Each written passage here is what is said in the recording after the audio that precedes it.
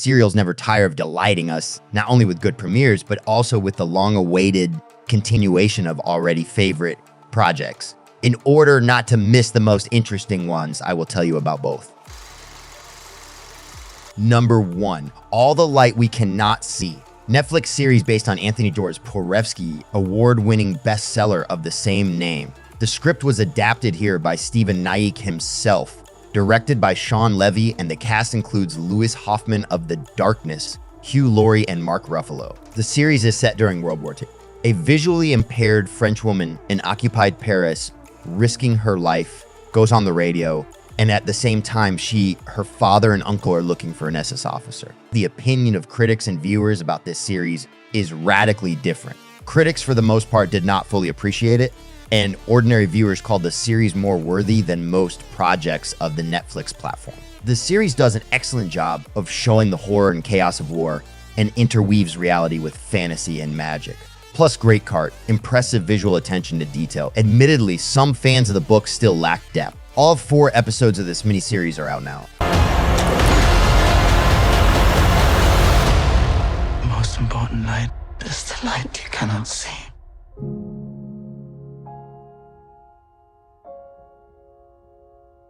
Number 2, Bodies, British 8-hour miniseries with Stephen Graham based on the comic book of the same name. The action unfolds in 4 eras of the 19th and 21st centuries.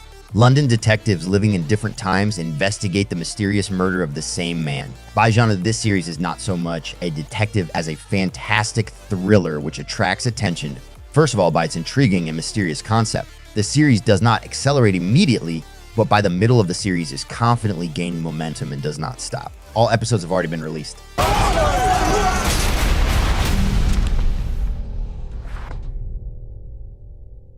Number 3, Fargo 5 season. When we showed the first season of Fargo, it was advertised as a comedy thriller by the Coen brothers. But in fact, Fargo has nothing to do with comedy. From the Coens, here is only the idea of the banality of good and the unconventionality of evil. It's a very American story.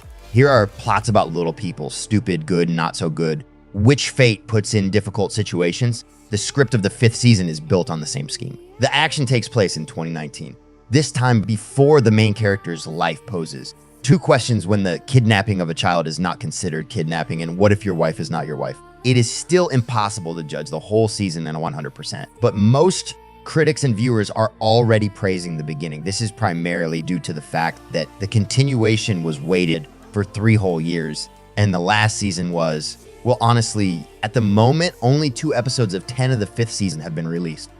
We've got our own reality. You can't. That's not a thing.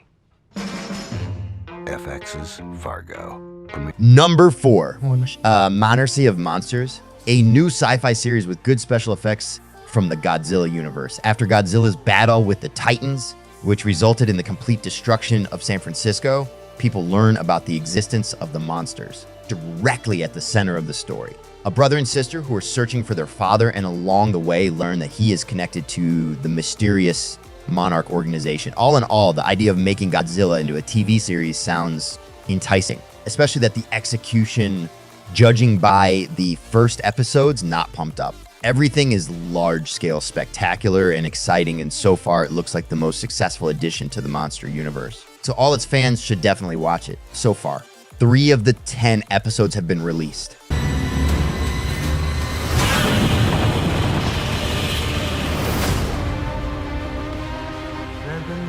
Five llamas.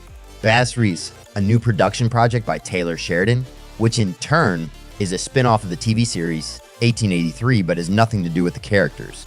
And the only thing they have in common is the manner and style of performance. It is planned that this project will be released in the format of an anthology.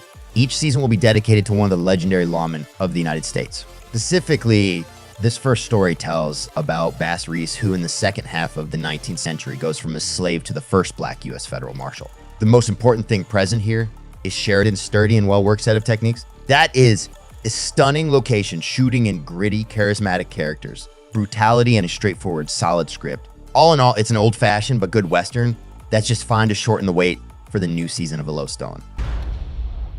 I'm warning you, your wicked days are done. Number 6, Invincible, brutal, hard-hitting story without embellishments and censorship continues the animated series based on the comics of Robert Kirkman, the creator of The Walking Dead.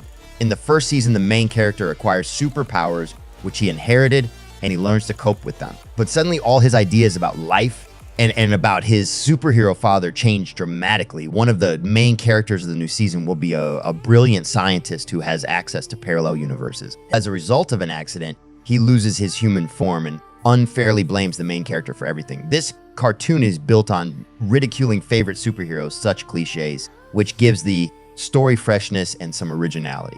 It's a dark cry from Marvel. There's a little more realism here. The villains are much smarter, and the heroes don't kill everyone left and right, but they can also get a kick out of it. The second season consists of 8 episodes, but is divided into 2 halves. The first half has already been released in full, and the second part is expected next year.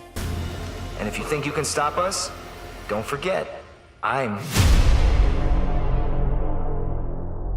Number 7, Onskin. This series is set in the mid-50s. The story centers on a teenager growing up with a tyrant stepfather. For bad behavior, he is transferred to a boarding school where also reigns cruelty and tyranny. However, despite the circumstances, Eric finds some kind of outlet in the person of a young girl who works there. This is a good and strong drama about growing up. There are enough hard and heavy moments. The series moves at a Scandinavian leisurely pace, but constantly tries to keep you in suspense. It also asks a lot of questions about the nature of evil and makes you think. 5 of the 6 episodes have already been released. Number 8 time. Season 2. Initially, this project was planned in the format of a miniseries, but after the success, it was decided to extend it for a second season and make it in the form of an anthology. And now the new season will no longer have Sean Bean and Stephen Graham, but the project has retained part of the author's staff. This time, the action unfolds in the women's prison Carlingford, and in one of the main roles of the star of the series, One of Us, Bella Ramsey, tells the story about 3 girls who face a lot of difficulties, prison life, cruelty, and lawlessness. But even in these conditions, they do not lose faith. This season continues the traditions of the first one. It is still the same dark, strong dynamic and realistic prison drama, which is centered on the quality work of actors and screenwriters. The only disadvantage of the series is only 3 episodes. All of them are already out. If you loved us, you wouldn't be in jail. Number 9, Ada. This is a mini-series notable for the fact that one of the roles here is played by Robert De Niro. The story centers on an elderly restaurant critic who experiences the death of his maid, who has taken care of him for over 40 years. He hires an inexperienced young assistant from Paraguay, and this leads to a constant clash of 2 cultures and generations. There are a total of 5 half-hour episodes here. All of them are out, and despite a number of minor flaws. This is a warm and heartwarming project about friendship and maturity. There's plenty of good dialogue, irony, and beautiful views of Buenos Aires.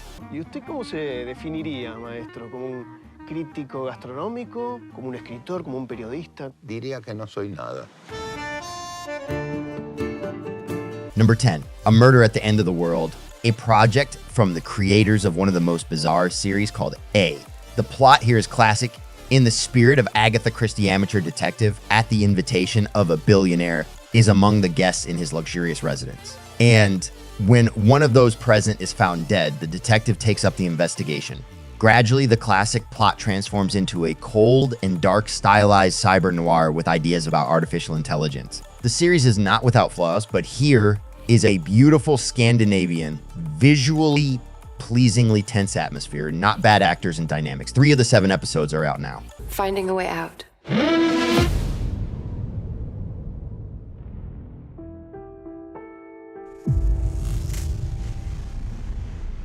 That's all for now. Thank you for your attention and good luck.